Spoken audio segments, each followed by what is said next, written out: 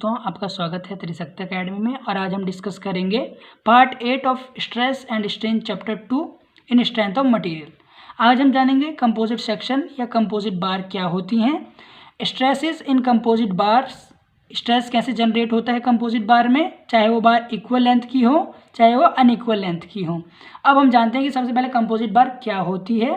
Section which consist of a section या bar which consist of a section made of different metals, यानी वह बार जो दो या अधिक मटेरियल से बनी हो, जिसका क्रॉस सेक्शन दो मेटल से बना हो, दो डिफरेंट मेटल से बना हो, उसे हम क्या कहेंगे, कंपोजिट सेक्शन कहेंगे। वह दोनों तरफ से क्या रिजिडली एक दूसरे से कनेक्ट होती है। यहाँ देखिए इस फिगर में, यहाँ पे ये मेरे पास ट्यूब 1 है और ये ट्यूब 2 है, और ये पूरी एक रॉड है, इसमें दो ट्यूब जुड़ी हुई हैं, ट्यूब 1 एंड ट्यूब 2। अब जब हम इसमें क्या करेंगे, एक दूसरे से रिजिडली कनेक्ट हैं at the both ends. Two और मोर मटेरियल एलिमेंट, यानी यह जो दो या दो से अधिक मेटल्स होंगे जिनसे ये हमने ट्यूब या रॉड बनाई हैं, उसमें जब हम फोर्स देंगे तो क्या करेंगे, उनको इक्वली फास्टेंड करेंगे, यानी इन दोनों में इक्वली हम फोर्स लगाएंगे। अब हम देखते हैं स्ट्रेसेस इन कंपोजिट बार। सबसे पहले देखेंगे यदि कंपोजिट बार हमारे पास इक्वल लेंथ की हों, यदि वह इक्वल लेंथ की हो। देखिए यहाँ पे first tube 1 and tube 2। Let A1 is the area of tube 1 and A2 is the area of tube 2। F जो है वो फोर्स लग रही है, टोटल फोर्स लग रही है दोनों पे। F1 जो है वो ट्यूब 1 पे लग रही है और F2 ट्यूब 2 पे लग रही है, पर जो रिजल्टेंट फोर्स है वो है F, जो रिजल्टेंट फोर्स है वो F है। Sigma 1 is the stress induce in tube 1, जो सिग्मा 1 है वो स्ट्रेस इंड्यूस हो रहा है ट्यूब 1 में, और sigma 2 is the stress induce in tube 2, यानी जो फर्स्ट ट्यूब और सेकंड ट्यूब में है उनमें sigma 1 and sigma 2 are the stresses generated respectively. अब हम देखेंगे कि दोनों में इंक्रीज इन लेंथ कैसे होगा, इंक्रीज इन लेंथ कैसे होगा। इंक्रीज इन लेंथ और इन बोथ बार्स और ट्यूब आर इक्वल। हम पाते हैं कि जब हम किसी दो कंपोजिट सेक्शंस को, यानी जब हम कंपोजिट बार को इक्वली फोर्स देते हैं तो उनमें जो चेंज इन लेंथ होगा वो भी इक्वल होगा, यानी जितने ट्यूब 1 हमारी इलोंगेट होगी फोर्स लगाने से, उतनी ही ट्यूब 1 भी इलोंगेट होगी। तो delta L1 is equal to delta L2 means change in length in first tube is equal to change in length in second tube. हमें पता है फॉर्मूला क्या होता है चेंज इन लेंथ का, F1 L1 upon A1 E1। ये होगा first rod के लिए, फर्स्ट रॉड ये फर्स्ट ट्यूब के लिए। F2 L2 upon A2 E2। यहाँ पे आप देख रहे होंगे हमने L लिया है because both are equal in length, both are equal in length, ये दोनों इक्वल लेंथ में हैं। अब देखिए इसको सॉल्व करने पर हमारे पास क्या आता है, F/A is sigma which is known as stress. L हमारे पास इक्वल है, L कैंसल आउट हो जाएंगे, हमारे पास आ जाएगा sigma 1 upon E1 is equal to sigma 2 upon E2। Further इसे सॉल्व करने पर हम पाएंगे कि जो स्ट्रेन है इन ट्यूब 1 में वो इक्वल है स्ट्रेन इन ट्यूब 2 के, बिकॉज हमें पता है सिग्मा 1 अपॉन में E1 is equal to strain in first tube and sigma 2 upon E2 is equal to strain in second tube. यानी जब हमारे पास कोई कंपोजिट सेक्शन इक्वल लेंथ के होंगे तो उनमें इंक्रीज इन लेंथ भी बराबर होगा और उनमें प्रोड्यूस स्ट्रेन भी बराबर होगा। अब हम देखते हैं कि total external load on system is equal to the sum of load carried by different materials, यानी हमें पता है कि जो फोर्स है, जो हमारे पास फोर्स लग रहा है किसी भी कंपोजिट सेक्शन में, वो किसके इक्वल है, ये रॉड 1 है, ये रॉड 2 है, ये किसके इक्वल है, इनके रिजल्टेंट फोर्स के। इसमें F1 फोर्स लग रहा है ट्यूब 1 में, ट्यूब 2 में F2 फोर्स लग रहा है, पर जो रिजल्टेंट फोर्स है वो कितना है, F। So F is equal to F1 plus F2। और हमें पता है F1 क्या है, होता है in the terms of stress sigma 1 into A1 plus F2 sigma 2 plus into A2। तो यहाँ से हमारे पास आ जाएगी फोर्स, जो रिजल्टेंट फोर्स है is equal to sigma 1 A1 plus sigma 2 A2 is the resultant force. अब हम डिस्कस करेंगे composite bars of unequal length, composite bars of unequal length. अब आप डायग्राम से इसको समझिए कि मेरे पास दो रॉड्स हैं, दो रॉड है, रॉड 1 एंड रॉड 2, इन दोनों को मिला के ही कंपोजिट सेक्शन बनता है। दोनों ही इस बार अनइक्वल लेंथ की हैं, एक की लेंथ L1 है फर्स्ट रॉड की एंड सेकंड रॉड की जो लेंथ है वो L2 है। इसमें मैं एक रिजल्टेंट फोर्स लगाऊंगा F, इसमें हम एक रिजल्टेंट फोर्स लगाएंगे F। सो हमें पता है F1 जो होगा फोर्स लग रहा होगा रॉड 1 पे एंड F2 फोर्स लग रहा होगा रॉड 2 पे। तो हम जानते हैं कंपोजिट सेक्शन के डेफिनेशन से कि जो इंक्रीज इन लेंथ होगी वो दोनों रॉड में क्या होगी, इक्वल होगी, because they are tightly rigidly packed.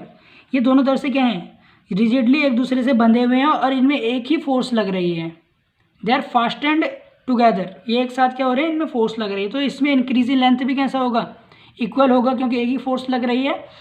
तो इंक्रीज इन लेंथ के फॉर्मूले से F1L1 upon A1E1, F2L2 upon में A2E2, इससे हमें पता चलता है in the terms of stress sigma 1 L1 upon E1 is equal to sigma 2 L2 upon E2। ये हमारे पास एक फॉर्मूला हो गया composites bar of unequal length के लिए। अब हम डिस्कस करते हैं numerical based on composite section. तो देखिए न्यूमेरिकल क्या कहता है, a composite bar made up of steel and copper has a total cross sectional area 20 centimetre square. यानी मेरे पास एक कंपोजिट बार है, यहाँ पर देखिए कंपोजिट बार है जिसका एरिया 20 सेंटीमीटर स्क्वायर है। कंपोजिट बार मतलब जो दो मेटल से मिलकर बनी हो। तो एक मेड अप ऑफ है स्टील और कॉपर से, दो मेटल से मिलकर बनी है स्टील और कॉपर से। Area of total area of the composite bar is 20 centimetre square and area of steel bar यानी जो स्टील की बार है उसका एरिया हमें गिवन है, वो है हमारे पास 8 centimetre square. It is given that 8 centimetre square is the area of steel. उसके बाद देखिए लेंथ ऑफ ईच बार, यानी हर बार की जो लंबाई है, हर जो रॉड की या बार की जो लंबाई है 50 सेंटीमीटर है। कितनी है, 50 सेंटीमीटर। अब देखिए एक tensile load of 280 kilo Newton, एक टेंसाइल लोड जो 280 किलो न्यूटन का है वो अप्लाई किया जाता है ऑन कंपोजिट बार पे अप्लाई किया जाता है 280 किलो न्यूटन का force. Find the stresses in steel and copper, हमें स्ट्रेस फाइंड करना है स्टील एंड कॉपर में, एंड आल्सो फाइंड इलोंगेशन, और इंक्रीज इन लेंथ भी हमें फाइंड आउट करना है। हमें गिवन है Young's modulus of steel 2 × 10⁵ newton पर mm square and Young's modulus of copper 1 × 10⁵ newton पर mm स्क्वायर। अब देखिए हम इसको कैसे सॉल्व करेंगे। फर्स्ट ऑफ ऑल जो हमें गिवन है वो हम लिख लेते हैं टोटल एरिया, जो इसका पूरा टोटल एरिया इस बार का। फिर हमें एरिया ऑफ स्टील दिया है, तो हमें पता है कि कंपोजिट बार स्टील और कॉपर दोनों से मिलकर बना है। तो कॉपर का एरिया निकालने के लिए हम क्या करेंगे, टोटल एरिया में से स्टील का एरिया माइनस कर देंगे, तो हमारे पास आ जाएगा एरिया ऑफ कॉपर बार। अब हमें पता है कि जो चेंज इन लेंथ होती है वो कॉपर में और स्टील में इक्वल होगी, ड्यू टू इनको हम एक साथ फास्टन कर रहे हैं, एक साथ हम इन पे क्या लगा रहे हैं, फोर्स लगा रहे हैं, इसलिए क्या होगा, इंक्रीज इन लेंथ क्या होगी, स्टील की, और इंक्रीज इन लेंथ कॉपर की, दोनों बराबर होगी। अब आप देखिए इस फॉर्मूले से FL अपॉन में AS ES is equal to FL upon में AC EC। यहाँ पे देखिए F अपॉन में AS, ये होगा हमारे पास सिग्मा S, जहाँ पे सिग्मा S है स्ट्रेस इन स्टील और सिग्मा C है स्ट्रेस इन कॉपर। और ये जो हमें गिवन है ये हम यहाँ पे नोट कर लेंगे यंग्स मॉड्यूलस। यहाँ से हमारे पास एक रिलेशन आएगा, यहाँ से रिलेशन आएगा कि जो सिग्मा S है यानी स्ट्रेस इन स्टील है is equal to 2 times of stress in copper. यानी जो स्टील का जो स्ट्रेस है, जो स्टील में जो स्ट्रेस इंड्यूस होगा वो 2 गुना होगा कॉपर में लगने वाले स्टील से। ये एक तो हमारे पास ये रिलेशन आ गया। दूसरा रिलेशन हमें पता है कि जो फोर्स होगी, टोटल फोर्स, वो दोनों में लगने वाले फोर्स के इक्वल होगी। जो रिजल्टेंट फोर्स होगी वो दोनों फोर्सेस के सम के इक्वल होगी।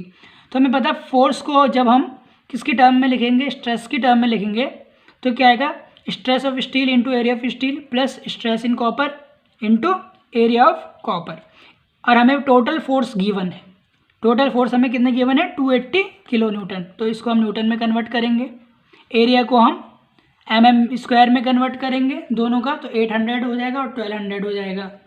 यहाँ से हमारे पास एक रिलेशन आएगा sigma C bracket 1600 plus 1200 bracket close. यहाँ से हम सिग्मा C की वैल्यू को प्राप्त कर सकते हैं, क्योंकि हम सिग्मा स्टील यानी जो स्ट्रेस ऑफ स्टील है उसको हम लिख सकते हैं 2 times of stress in copper, ऐसा लिख सकते हैं। इसे लिखने पर हमारे पास एक रिलेशन आ जाता है जो है ये सिग्मा C, यानी कॉपर में जो इंड्यूस्ड स्ट्रेस है वो कितना आ गया, 100 न्यूटन पर mm स्क्वायर। तो जो स्टील में स्ट्रेस इंड्यूस होगा कितना है, इसका 2 गुना, यानी 200 न्यूटन पर mm स्क्वायर। यानी हमने दोनों बार्स में सेपरेटली स्ट्रेस फाइंड आउट कर लिया। अब हम इलोंगेशन फाइंड आउट करेंगे। हमें पता है इलोंगेशन कॉपर की वजह से भी और स्टील में सेम होगी इलोंगेशन, तो डेल्टा एल जो है वो मैं स्टील से ले रहा हूँ यहाँ पे, तो sigma S upon L into L by E S, यानी सिग्मा एस है स्ट्रेस इंड्यूस इन स्टील बार और ई एस है modulus of elasticity of steel. अब आप देखिए कि डेल्टा एल यानी जो इंक्रीज इन लेंथ है, ये जो इलोंगेशन है वो हमारे पास आती है 0.5 mm। कितनी आती है? 0.5 mm। Delta L is equal to 0.5 mm। यहाँ से हम इलोंगेशन भी फाइंड करते हैं और डिफरेंट स्ट्रेसेस भी फाइंड करते हैं बोथ बार्स के लिए। इसी के साथ आज का हमारा ये वीडियो यहीं पे एंड होता है। आज हमने डिस्कस किया कंपोजिट बार के बारे में, और कंपोजिट बार में भी हमने दो वेरियस टॉपिक्स को कवर किया, एक तो न्यूमेरिकल सेक्शन को, और हमने जाना कि किसी भी बार में स्ट्रेस कैसे इंड्यूस होता है कंपोजिट बार में, जब वो इक्वल लेंथ की हो या वो अनइक्वल लेंथ की हो। इसके अगले वीडियो में हम डिस्कस करेंगे थर्मल स्ट्रेस के बारे में और उसके रिलेटेड न्यूमेरिकल्स को लेकर। यदि आपको इस वीडियो से रिलेटेड कोई भी क्वेरी हो तो आप त्रिशक्ति एकेडमी के कमेंट सेक्शन में कमेंट कर सकते हैं। बहुत बहुत धन्यवाद।